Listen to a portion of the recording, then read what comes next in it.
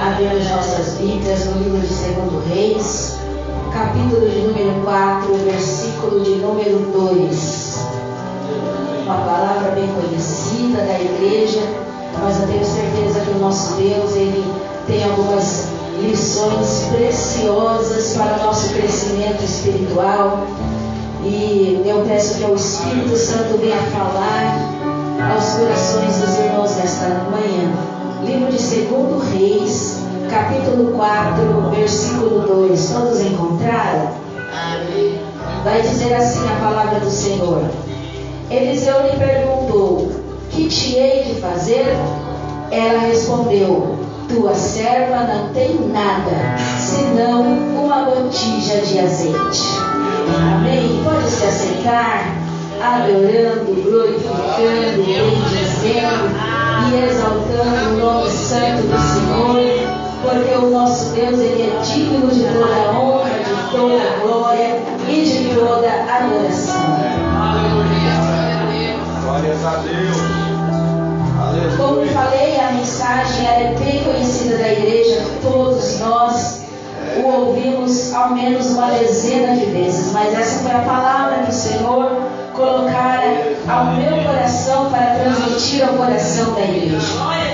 E a primeira lição que o Senhor Ele transmite ao meu coração acerca dessa mensagem é a respeito da casa da viúva, esposa de um discípulo de Eliseu. E na casa desta mulher, na casa desta viúva, estava acontecendo uma crise. Vamos falar um pouquinho a respeito quando a crise atinge a nossa casa, quando a crise entra na nossa casa. Não é de vontade de ninguém que vivamos crise.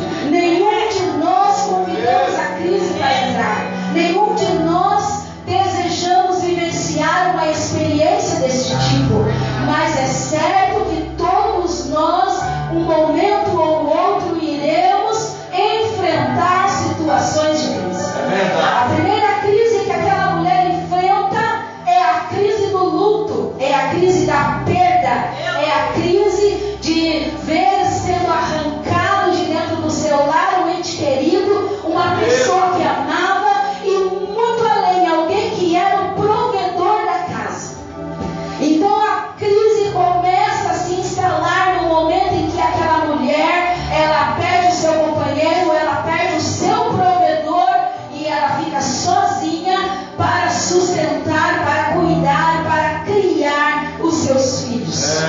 E sabemos que não é fácil quando uma mãe ou um pai precisa sustentar e cuidar do seu lar sozinho, porque há um equilíbrio na casa. O Senhor, Ele criou a instituição família de uma forma perfeita, porque um completa o outro, um auxilia o outro. Quando um tem uma função, o outro tem outra função. E quando alguém vem faltar, há um desequilíbrio no lar. O lar começa a ficar desequilibrado e isso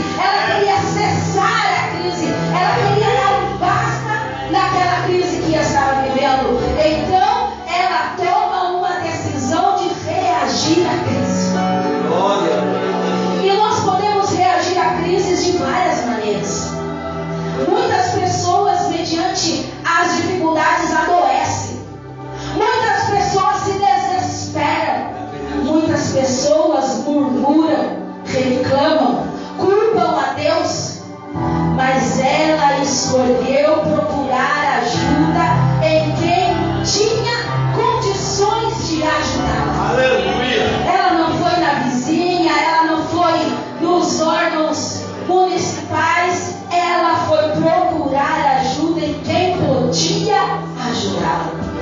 E o Salmo 46 ele vai dizer que Deus é o nosso refúgio e fortaleza, socorro bem presente na hora das tribulações. Na hora da crise nós temos que saber quem é que pode nos ajudar, aonde nós podemos encontrar socorro. O nosso Deus é refúgio, nosso Deus é fortaleza, o nosso Deus é socorro presente. O momento em que ela estava vivendo era um momento desesperador, ela precisava de socorro. Quem sabe você precisa de socorro nesta noite, nesta manhã. Então este é o momento propício. Peça socorro, porque você já está no lugar onde tem alguém, um Deus, um poderoso, um que tudo pode para te socorrer nas tribulações.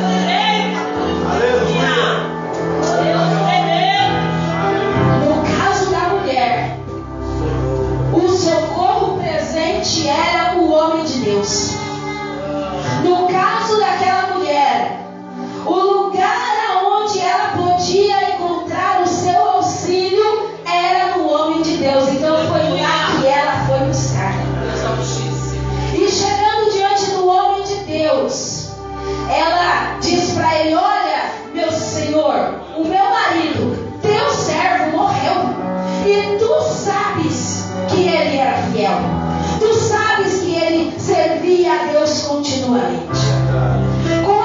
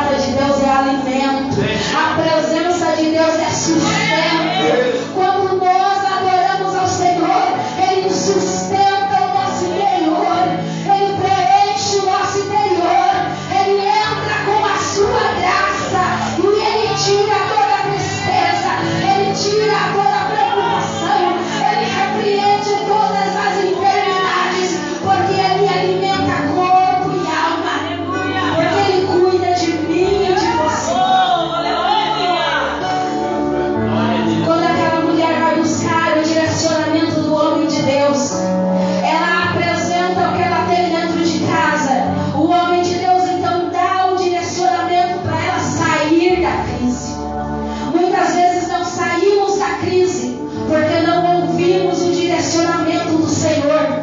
Não ouvimos o direcionamento do líder espiritual que está sobre nós. Achamos que sabemos, achamos que conseguimos administrar as coisas ao nosso redor, mas há um cabeça sobre nós, há uma direção sobre a igreja.